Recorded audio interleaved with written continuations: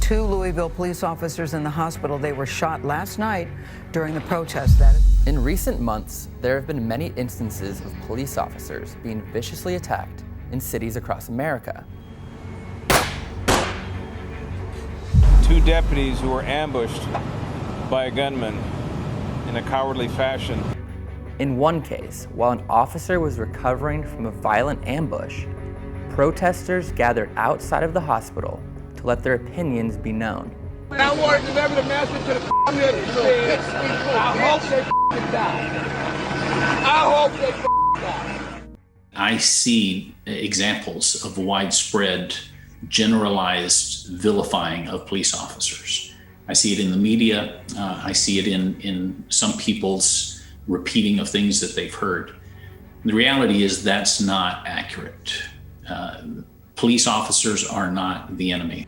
One of the most disturbing things to really get your arms around right now is that, and I don't know how to put it any other way, there is a war being waged against the brave men and women in our law enforcement. Our cops are being killed by criminals and thugs while the mainstream media victimizes their killers. The world is turned upside down. We can see it in major cities all over America. Police are being smeared, they're being called Nazis. The degree of hatred that's being spread is unbelievable.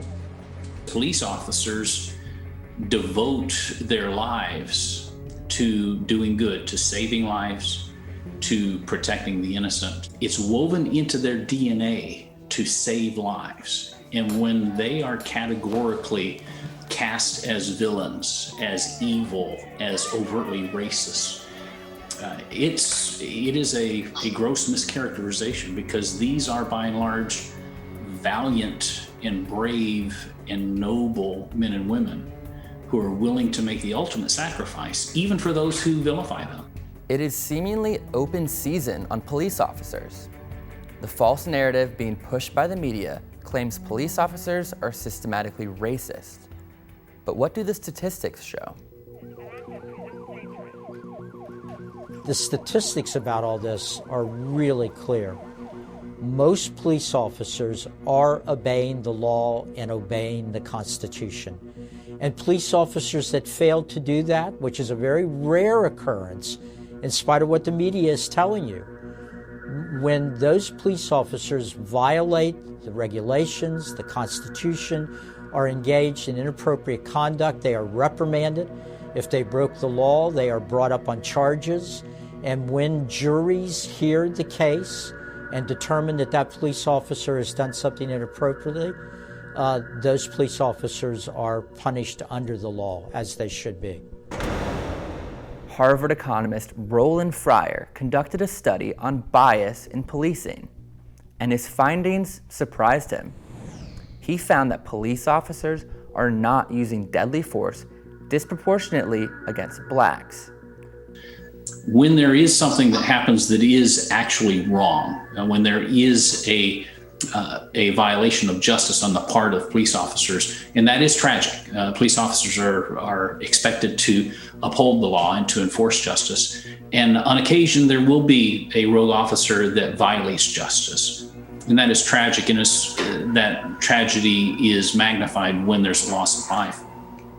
But that's not a representation of police officers and law enforcement across the board. This dangerous rhetoric is putting police lives in danger. During several Black Lives Matter protests, some have even called for the death of police officers.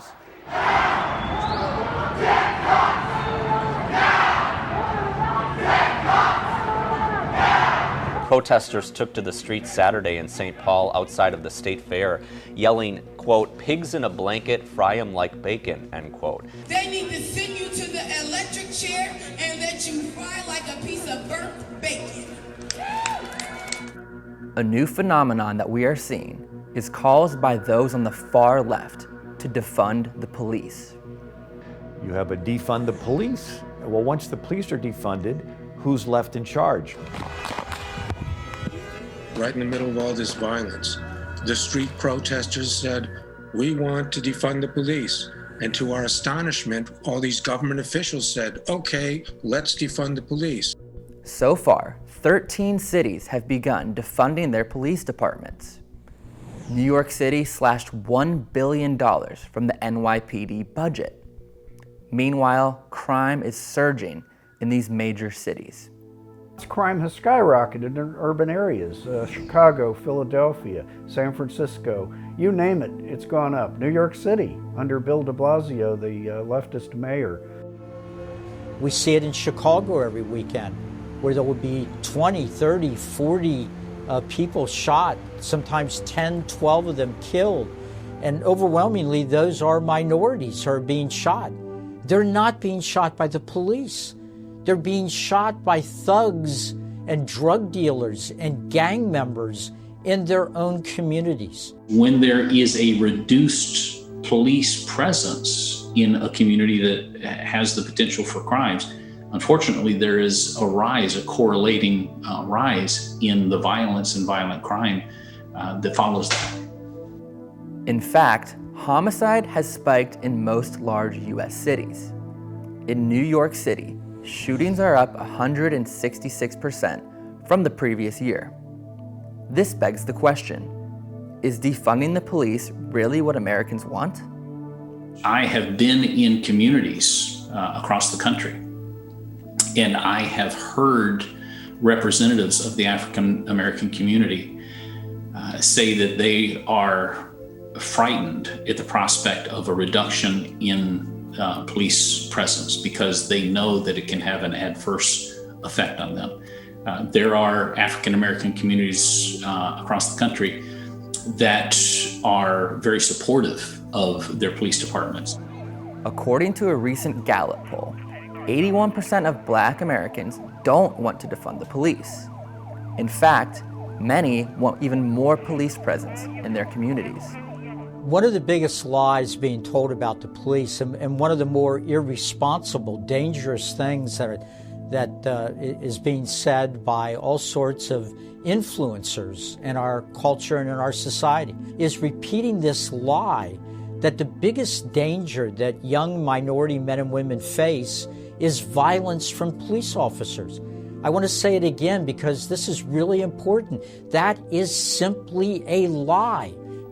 While some may be surprised by this dangerous rhetoric and by the calls to defund the police, it is all part of a long-executed strategy to undermine ordered liberty in America. And sometimes when you just are involved in the day-to-day news headlines, you don't know what's going on, but when you zoom out and you look at trends that have been happening for decades and you look around what's happening around the world, you see somebody's working an agenda. The agenda is people giving up their freedoms in times of crises and letting power concentrate into the hands of the government and ultimately a global government. It's a repeat of a play that has been run time after time after time again in order to have the social capital, if you will, to destroy certain people or institutions. You have to develop a cultural commonality that are justifying the use of violence by saying, well, these people are so evil, they're so hateful, violence is justified to being used against them, which is something we saw happen, in the 1930s and the 1940s in Nazi Germany. What is the biblical response to the things we're seeing on our streets today? Our sin nature is what's creating this political issue. Our sin nature is what's creating chaos in our streets, violence, this sense of greed and envy where we want what other people have to the point of demanding that they give it to us. That's not a political issue, that's a sin nature issue, because that's how we're made. There's a strong biblical case for just governments to be respected by the citizens, and for those who are charged with keeping the order to be respected by citizens, by Christian citizens, and to obey. Christian citizens should obey lawful orders. We have a heart problem, and there's only one who's ever fixed a heart problem, and that's Jesus Christ. He's the only one that's ever given us a cure for envy, for greed, for anger, for violence. He's the only one that has ever given us a way out of our own sin nature, and that is through him and his sacrifice on the cross.